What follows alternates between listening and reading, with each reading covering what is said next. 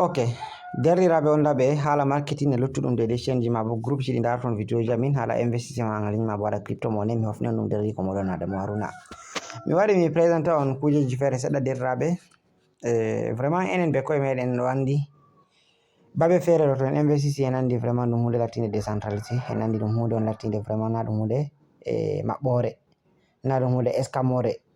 Comme toujours, on dit rien n'est possible, tout est possible en ligne. Voilà quoi, on a fait en ligne. Mais vraiment, gal côté du faire c'est vraiment, c'est quand même rare. On a dit on présenté des saphirs, on présenté des trontonders, on présenté des touristes et qu'on a dit des majums.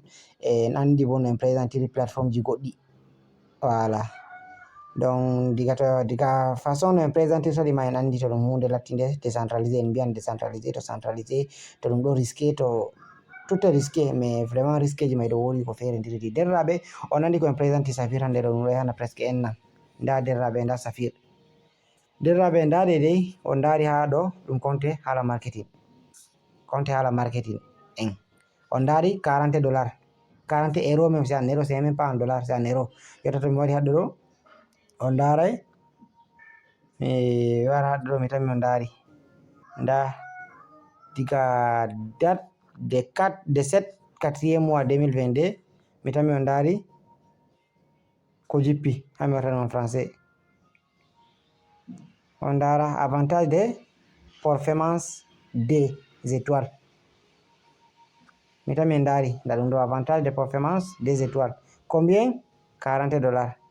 Donc depuis le 7 mi recevi ɗum mi wala mi jente même pas au courant. Nous sommes hande le 11 il y a c'est là 4 jours mi tan mi on dari $40 €, pardon, €40 c'est quelque chose de presque $45.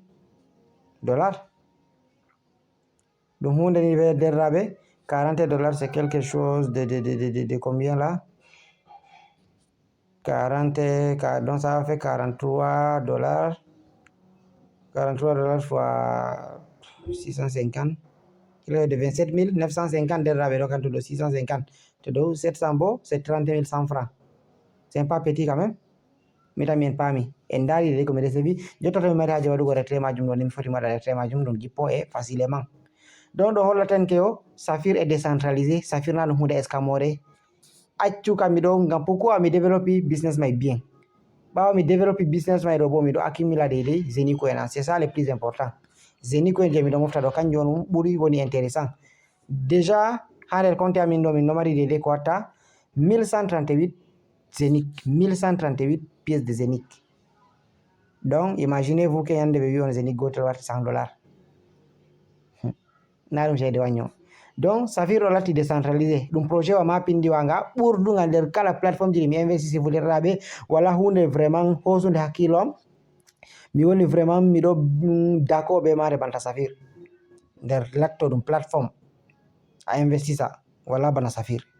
Mitamin pami to ndari nda ɗo revenir deidei je min recevi ha nder Saphir komin investisi waddugo jotta bon geta gain de binaire moy ɗo 1819 €. 1819 € et dans notre équipe totalement ko yimɓe investisi 21 983 €. Derraɓe 21 980 donc 22 000 seulement 22 000 € tan derraɓe to en wi en waɗan 22 000 € ɗo en giya combien ça va donner en franc CFA 22 000 € en CFA derraɓe c'est 14 491 000, plus de 14 millions investis dans notre équipe. Mitami on ce n'est pas petit. Donc c'est un peu ça. Et ɓawo ha mi holla on bo deuxième ɗumejum Tron Founder nda Tron Founder derraɓe mitami on dari ɗo ɗum nder compte am Tron Founder to on dari haɗɗo ɗo ni on daray nda inde am name Adamu Haruna surname Haruna name Adamu surname Haruna ID nda ID am mitami on dari et nda date ko mi nasti bo le 30/10 mois 2021 ko mi nasti Tron Founder. Donc nous sommes 4e mois hande ça fait 6 jours 6 mois pardon derraɓe ça fait 6 mois ko mi nastiri nder Tron Founder mais tammi on dari nda total ko mi heɓi ha nder Tron Founder ko mi nasti waddugo jotta mi heɓi combien total Au total, mi recevi quoi 30 295 tron. Ɗo kam ma yake komi ittanno ɗum man ɗo valeur man yake arande man ɗo valeur de tron était à 0,11 quand même. Jotta on ɗum jippi. Imagine toi 0,11 0,11 0, banni man ni derraɓe ami larto boɗɗum pour ne pas faire l'erreur.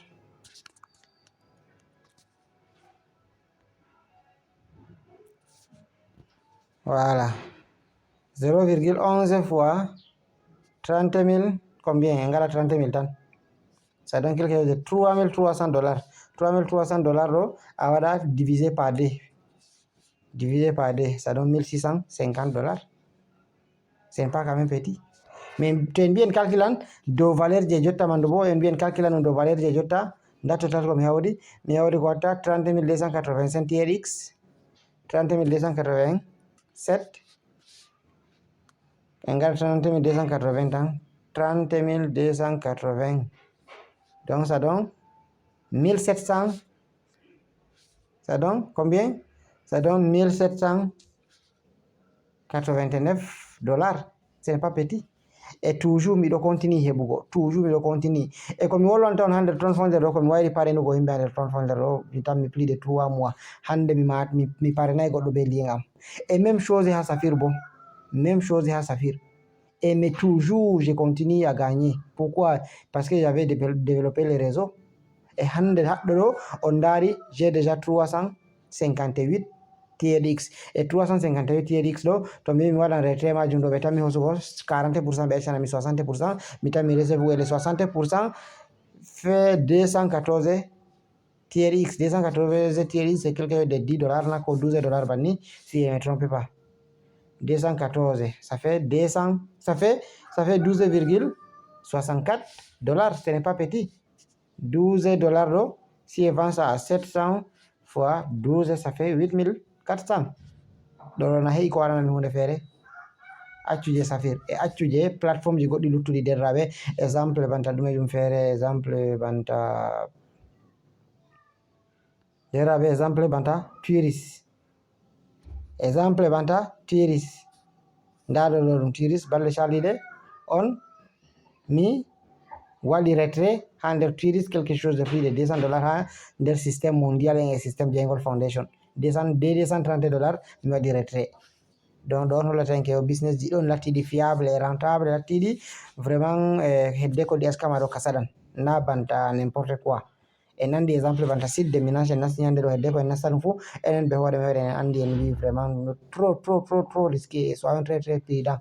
Mais banta Safir je Zenicoin ko ton nder to ayi a réussir heɓugo ba a laari je min ɗo keɓa ɗo andu a développé réseau may ɗo. Et nden banta Safir ɗo ko a développé réseau may ɗo ce qui est important, le plus important keo a accumula daidai Zenicoin. Nda haɗo ɗo exemple min ɗo mari kotta 1138 pièces. 1138 derraɓe imagine toi keo ɓe wiya donc $10 même ɗum warti $10 fois 1100 combien fois 1138 fois 1130 seulement ça fait $11,300. Imagine toi si un pièce Zenic atteint $100 fois ce nombre, donc ça fait $113,000. $113,000 fois 600, ça donne 67,800,000. Derraɓe donc blaguer. Je bien c'est impossible, rien n'est impossible, tout est possible en ligne, tout est possible. Impossible n'est pas en ligne. Kala wala ko wata fe ago en ligne do derraɓe tout est possible. Kala ko ɓe mbima waɗan fu andu ɗum foti ɗum waɗa may ɗo. Donc c'est un peu ça ɗon de ko ngari mi holla on hollon gen je ha Safir ha je Tronton nder ha je de Tuiris e ko nandi be majum derraɓe.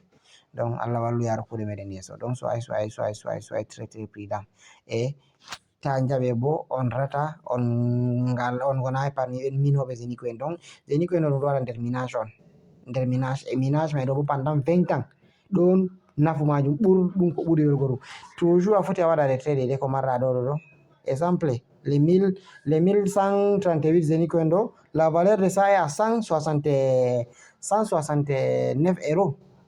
169 euro ɗo mi foti mi itta ɗum jotta fu mi foti mi waɗa retrait majum an Zenith token mi sanjito ɗum en contre BNB ko contre Ethereum ko e ko nandi be man ɗo c'est possible mais mi ittata ɗum jotta ɗumejum hajam sai nyande Zenith ko en hewti au moins ko MPS ko hewti ko 100 dollars là mi andi je vais gagner des millions c'est ça qui m'intéresse mais je ɗo man ɗo ko jotta mi mari haje mi ittay ɗum e ɗum continue de ɗum produisanami deydey genji goɗɗi e Zenith ji pendant 20 ans 20 ans ɗo derraɓe nanda to en kewtay 20 ans ko to en kewtata non c'est un peu ça ɗon dede ko mari ha mi holla on seɗɗa on guittama ɗum dari ko wona ɗam on a wiyata on wassalamu aleykum